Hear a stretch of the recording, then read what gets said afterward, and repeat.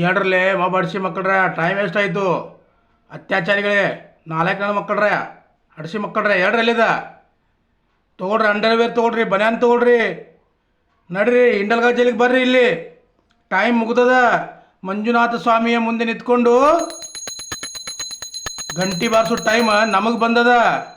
ಹೇಳ್ರಲ್ಲೇ ಬಡಿಸಿ ಮಕ್ಕಳ್ರೆ, ಸೌಜನ್ಯಗಳನ್ನ ಅತ್ಯಾಚಾರ ಮಾಡಿ, ವೇದವಲ್ಲಿ ಪದ್ಮಲತಾ ಯಮುನಾಗಳನ್ನು ಕೊಲೆ ಮಾಡಿ ಆರಾಮಾಗಿ ಬಿದ್ದಿದ್ದೀರಿ. ಹೇಳ್ರಲ್ಲ ಇದು ನಡ್ರಿ, ಕರ್ಕೋರಿ ಅವ್ರನ್ನ, ಆ ಮುದ್ಮಾಡಿ ನಂಗೆ ಕರ್ಕೋರಿ ಅವ್ರನ್ನ, ನಡ್ರಿ. ಮಕ್ಕಳು ಮಲಗಿದಾರ, ಮಕ್ಕಳು ಪಾರ್ಟಿ ಮಾಡಿದಾರೆ. ಮಹೇಶ್ ಶೆಟ್ಟಿ ತಿಮ್ರೋಡಿನ ಗಡಿಪಾರ ಮಾಡಿದೆ ಅಂತ ತಿಳ್ಕೊಂಡು ಪಾರ್ಟಿ ಮಾಡಿ ಮಜಾ ಮಾಡಿದಾರೆ ಮಕ್ಕಳು. ಆಗ್ಯದ ನಿಮ್ಮದು, ತುಂಬಿ ಬಂದದ, ಮುಗ್ದದ ಕತಿ. ಸೌಜನ್ಯಳ ಶಕ್ತಿಯ ಮುಂದೆ ನಿಮ್ದೆಲ್ಲರದು ಕೂಡ ತುಂಬಿ ತುಳುಕಿ ಹರಿದ 12 ಆಗಿ ಮುಗ್ದದ. ಈಗ ಹೇಳೋದು ಕೆಲಸ ಮಾಡ್ರಿ. ನೀವು ಕುಡ್ಕೊಂಡು ಆಮೇಲೆ ಚಿಕನ್ ಪಾರ್ಟಿ ಮಾಡ್ಕೊಂಡು ಆರಾಮದಿರಿ. ನಾವು ಗಡಿಪಾರ ಮಾಡಿದ್ದು ಖುಷಿಯಲ್ಲಿ, ಸೌಜನ್ಯರ ಅತ್ಯಾಚಾರ ಮಾಡಿ ನಾವು ಉಳಿದು ಅಲ್ಲ ಅನ್ನೋ ಖುಷಿಯಲ್ಲಿ ಸೆರೆ ಕುಡ್ದು ಆರಾಮ ಮಜಾ ಮಾಡಕತ್ತೀರಿ. ನೀವು ಎಷ್ಟು ಸೆರೆ ಕುಡಿತಿರಲ್ಲ ಅಷ್ಟು ನಾವು ಕಿವೆ ಹಾಕೊಳ್ತೇವೆ ಹಡಿಸಿ ಮಕ್ಕಳು ತಂದ. ನಡ್ರಿ ಹೇಳ್ರಿ. ನಮಸ್ಕಾರ ಎಲ್ಲರಿಗೂ, ಚಕ್ರವರ್ತಿ ಯೂಟ್ಯೂಬ್ ಚಾನಲ್ಗೆ ಸ್ವಾಗತ ಮತ್ತು ಸುಸ್ವಾಗತ. ಸೌಜನ್ಯ ಪರ ಹೋರಾಟಗಾರರಿಗೆ ಚಕ್ರವರ್ತಿ ಮಾಡ್ತಕ್ಕಂಥ ನಮಸ್ಕಾರಗಳು. ಎಸ್ ಐ ಟಿಯ ತನಿಖೆ ಎಲ್ಲಿಂದ ಎಲ್ಲಿವರೆಗೆ ಬಂತು? ಅತ್ಯಾಚಾರಿಗಳ ಮುಕ್ಕಳಿ ಪಕ್ ಪಕ್ ಪಕ್ ಪಕ್ ಪಕ್ಕ ನಗದತ್ರಿ. ಅತ್ಯಾಚಾರಿಗಳ ಕುಂಡಿ ಪಕ್ ಪಕ್ ಪಕ್ಕ ನಗದತ್ರಿಗೂ. ಯಾಕಂದ್ರೆ ಕೆಲವೊಂದಿಷ್ಟು ಫೇಕ್ ಅಕೌಂಟ್ಗಳನ್ನು ಕ್ರಿಯೇಟ್ ಮಾಡಿ ನಮ್ಮ ಮೇಲೆ ಬಾಣಗಳ ಸುರಿಮಳೆಗಳನ್ನು ಮಾಡ್ತಾ ಇದ್ದಾರೆ. ಆದ್ರೆ ಆ ಬಾಣ ತಿರುಗಿ ಅವ್ರ ಮುಕ್ಕಳ್ಯಾಗನ ಹೊಂಟಿದ್ದಾರೆ, ನಮ್ಮ ಕಡೆಯನ್ನು ಬರೋಂಗಿಲ್ಲ. ಸೊ ಹಿಂಗಿರ್ಬೇಕಾದ್ರೆ ಇಲ್ಲಿ ಎಸ್ ಐ ಟಿ ತನಿಖೆ ದಕ್ಷಿಣದಿಂದ ಉತ್ತರಕ್ಕೆ ಬಂದಿರತಕ್ಕಂಥದ್ದು. ದಕ್ಷಿಣದಿಂದ ಉತ್ತರಕ್ಕೆ ಎಸ್ ಐ ಟಿ ತನಿಖೆ ಬಂದದ. ಬಂಗ್ಲೆ ಗುಡ್ಡ ಏನು? ಎಸ್ ಐ ಟಿ ಬಂಗ್ಲೆ ಗುಡ್ಡವನ್ನು ಸಂಪೂರ್ಣವಾಗಿ ಅದರ ರಹಸ್ಯವನ್ನ ಬೆರೆಸ್ತಕ್ಕಂಥ ಕೆಲಸವನ್ನ ಮಾಡ್ತಾ ಇದ್ದಾರೆ. ಬಂಗ್ಲೆ ಗುಡ್ಡ ಸಾಮಾನ್ಯವಾಗಿ ಮಾಟ ಮಂತ್ರ ನಿಧಿಗಾಗಿ ಬಂಗ್ಲೆ ಗುಡ್ಡದಲ್ಲಿ ಎಷ್ಟೋ ಜನರನ್ನ ಕೊಲೆ ಮಾಡಿ ಅಲ್ಲಿ ಅನಾಥ ಶವಗಳಾಗಿ ಹೂತು ಹಾಕಿರ್ತಕ್ಕಂಥ ಪ್ರಕರಣಗಳು ಇನ್ನೇನು ಕೆಲವೇ ದಿನಗಳಲ್ಲಿ ಬೆಳಕಿಗೆ ಬರ್ತಾವ. ಬಹಳ ದಿನ ಹತ್ತಂಗಿಲ್ಲ. ಇದು ದಕ್ಷಿಣ ಧ್ರುವದಿಂದ ಉತ್ತರ ಧ್ರುವಕ್ಕೆ ಎಸ್ ಐ ಟಿ ಬಂದದ. ಅರ್ಥ ಮಾಡ್ಕೊಡ್ರಿ ನೀವು. ಇಲ್ಲಿ ಯಾವುದೇ ರಾಜಕೀಯ ವ್ಯಕ್ತಿಗಳ ಕೈವಾಡ ಇರಲಿ, ಏನೇ ಇರಲಿ, ಅದು ಎಲ್ಲದಕ್ಕೂ ಶ್ರೀ ಮಂಜುನಾಥ ಸ್ವಾಮಿ, ಧರ್ಮಸ್ಥಳದ ಮಂಜುನಾಥ ಸ್ವಾಮಿ ಉತ್ತರ ಕೊಡ್ತಾನ. ಅಣ್ಣಪ್ಪ ಸ್ವಾಮಿ ಉತ್ತರ ಕೊಡ್ತಾನ. ನನ್ನ ಹಿಂದೂ ಧರ್ಮದ ದೇವಾನು ದೇವತೆಗಳು ಏನದಾವಲ್ಲ ಅವು ಎಲ್ಲರೂ ಕೂಡ ಉತ್ತರವನ್ನ ಕೊಡ್ತಾರ. 101% ಬಂಗ್ಲೆ ಗುಡ್ಡದ ರಹಸ್ಯ ಕೆಲವೊಂದಿಷ್ಟು ದಿನಗಳಲ್ಲಿ ಹೊರಗಡೆ ಬರ್ತದೆ. ಇನ್ನು ಸೌಜನ್ಯಳ ವಿಷಯಕ್ಕೆ ಬಂದಾಗ ನೋಡ್ರಿ, ಇಲ್ಲಿ ಸೌಜನ್ಯ ವಿಷಯನೇ ಬೇರೆ ಆಗ್ತದ, ಬಂಗ್ಲೆ ಗುಡ್ಡದ ವಿಷಯನೇ ಬೇರೆ ಆಗ್ತದ. ಬಂಗ್ಲೆ ಗುಡ್ಡದಲ್ಲಿ ಏನು ಅನಾಥ ಶವಗಳನ್ನು ಹೂತ್ ಹಾಕಿದಾರಲ್ಲ ಅದೇನು ಸ್ಮಶಾನ ಅಲ್ಲ. ಎಷ್ಟೋ ಸಾಮಾನ್ಯ ಜನರ ಆಸ್ತಿಯನ್ನು ಕಬಳಿಸಬೇಕು ಅಂತ ತಿಳ್ಕೊಂಡ ಉತ್ತರ ಕರ್ನಾಟಕದಿಂದಲೂ ಕೂಡ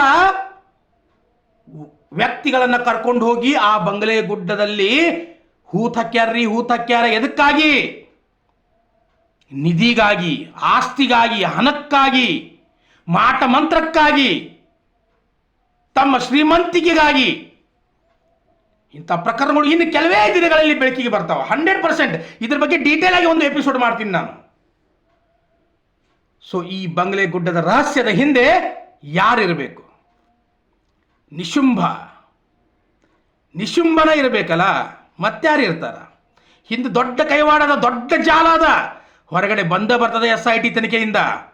ಓಕೆ, ಕೆಲವೊಂದಿಷ್ಟು ಹೆಸರುಗಳನ್ನು ತಗೊಂಡ್ರೆ ನಮ್ಮಂಥ ಜನಸಾಮಾನ್ಯರ ಮೇಲೆ ಕೇಸ್ಗಳನ್ನು ಹಾಕಿ, ಹೆದರಿಕೆ ಹಾಕಿ, ಭಯ ಹಾಕಿ ಅವ್ರ ಬಾಯನ್ನು ಮುಸ್ತಕ್ಕಂಥ ಕೆಲಸಗಳನ್ನು ಮಾಡ್ತಾ ಇದ್ದಾರ. ಮಾಡಲಿ. ಆದರೆ ಎಸ್ ಐ ಟಿ ಕೆಲವೇ ದಿನಗಳಲ್ಲಿ ಬಹಳ ವಿಷಯಗಳನ್ನು ಹೇಳೋದದ. ಬಹಳ ವಿಷಯಗಳು ಬೆಳಕಿಗೆ ಬಂದಿದ್ದಾವೆ. ಅದೆಲ್ಲ ವಿಷಯಗಳನ್ನು ಚಕ್ರವರ್ತಿ ಯೂಟ್ಯೂಬ್ ಚಾನಲಲ್ಲಿ ನಿಮಗೆ ಬರ್ತದ. ಸೌಜನ್ಯಗಳನ್ನ ಅತ್ಯಾಚಾರ ಮಾಡಿ ಮಜಾ ಮಾಡ್ತಕ್ಕಂಥ ಈ ಲುಚ್ಚ ನಾಲಾಯಕರನ್ನ ಮಕ್ಕಳಿಗೆ ಹೇಳೋದಿಷ್ಟ ಅಲ್ಲ. ಅಂಡರ್ವೇರ್ ಮತ್ತು ಎಲ್ಲ ಬನಿಯಾನ್ಗಳನ್ನು ಪ್ಯಾಕ್ ಮಾಡ್ಕೊಂಡ್ರೆ ಹಿಂಡಲ್ಕ ಜೈಲಿಗೆ ಬರಲಿ, ಹಡಸಿ ಮಕ್ಕಳ ಗಜಮಾ ಮಾಡೋದ ನಿಮ್ಮನ್ನ. ನಾನು ನಿನ್ನೆ ನನ್ನ ಗೆಳೆಯನ ಹತ್ರ ಹೋಗಿದ್ದೆ. ನಾನು ಬಸವರಾಜ ತಂದ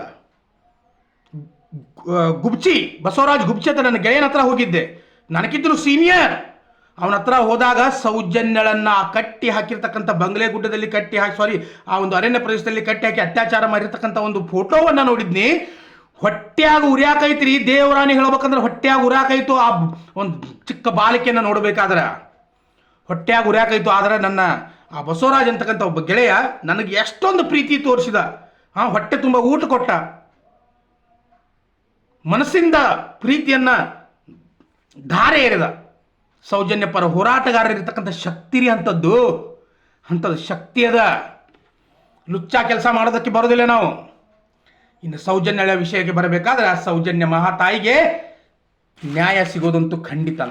ಒಬ್ರು ಯಾರೋ ಮಹಾನುಭಾವರು ಹೇಳ್ರು, ಸೌಜನ್ಯಳ ಅತ್ಯಾಚಾರ 2013ರಲ್ಲಿ ಆಯಿತು, ಇಲ್ಲಿವರೆಗೂ ಕೂಡ ಒಂದೇ ಒಂದು ಅತ್ಯಾಚಾರ ಧರ್ಮಸ್ಥಳದಲ್ಲಿ ಆಗಲಿಲ್ಲಲ್ಲ, ಅದೇ ಸೌಜನ್ಯಳಿಗೆ ನ್ಯಾಯ ಸಿಕ್ಕಿರ್ತಕ್ಕಂಥದ್ದು ಅಂತಂದು ಒಬ್ರು ಹೇಳಿದರು.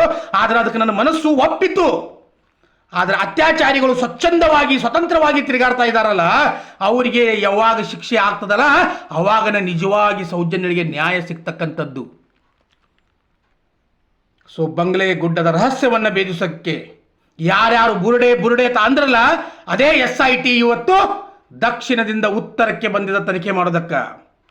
ಸಂಪೂರ್ಣವಾಗಿ ಈ ನಕಲಿ ದೇವಮಾನವ ಆಗಿರಬಹುದು, ಈ ನಿಶುಂಬ ಆಗಿರಬಹುದು, ಇವರೆಲ್ಲರ ಮುಖವಾಡ ಬೆಳಕಿಗೆ ಬರ್ತಕ್ಕಂಥ ಸಮಯ ಬಹಳ ದೂರಿಲ್ಲ. ಘಂಟಾ ಬಜಾನೆ ಕಾ ಟೈಮ್ ಆ ಗಯಾ ಹೇ. ಇನ್ನು ಮತ್ತೊಂದು ಹೇಳಬೇಕಂದ್ರೆ, ಅದು ಯಾವುದೋ ಒಂದು ನಾಯಿ ನನ್ನ ಹೆಸರು ಹೇಳ್ಕೊಂಡು ವ್ಯೂಸ್ ಅನ್ನು ಪಡ್ಕೊಳಕತ್ತಿತ್ತಲ್ಲ, ಅದಕ್ಕೆ ನಾನು ಹೇಳೋದಿಷ್ಟೇ, ಕೊನೆಯದಾಗಿ ಹೇಳೋದು. ಇನ್ನು ಮುಂದೆ ಆ ನಾಯಿ ಬಗ್ಗೆ ಮಾತಾಡಕ್ಕೆ ಹೋಗೋದಿಲ್ಲ ನಾನು. ಅದು ಯಾರು ಅಂದ್ರೆ ಅನಿತಾ ಕಾಸರಗೋಡು. ಅನಿತಾ ಕಾಸರಗೋಡು ನೀನು ಒಂಥರ ಸಾರ್ವಜನಿಕ ಶೌಚಾಲಯವಿದ್ದಂತೆ. ಅನಿತಾ ಕಾಸರಗೋಡು ನೀನು ಒಂಥರ ಸಾರ್ವಜನಿಕ ಶೌಚಾಲಯವಿದ್ದಂತೆ. ಹೊರಗೆ ಇದ್ದವರಿಗೆ ಒಳಗೆ ಹೋಗುವ ತವಕ, ಒಳಗೆ ಇದ್ದವರಿಗೆ ಹೊರಗೆ ಬರುವ ತವಕ ಅನಿತಾ ಕಾಸರಗೋಡು. ಇದರ ಮೇಲೆ ಅರ್ಥ ಮಾಡ್ಕೊಳ್ಬೇಕೆಲ್ಲರೂ ಕೂಡ. ನಾನು ಏನು ಹೇಳಿದೆ ಅನ್ನೋದನ್ನ ಕಮೆಂಟ್ ಮಾಡೋದನ್ನ ಮಾತ್ರ ಮರೆಯಕ್ಕೆ ಹೋಗ್ಬೇಡ್ರಿ.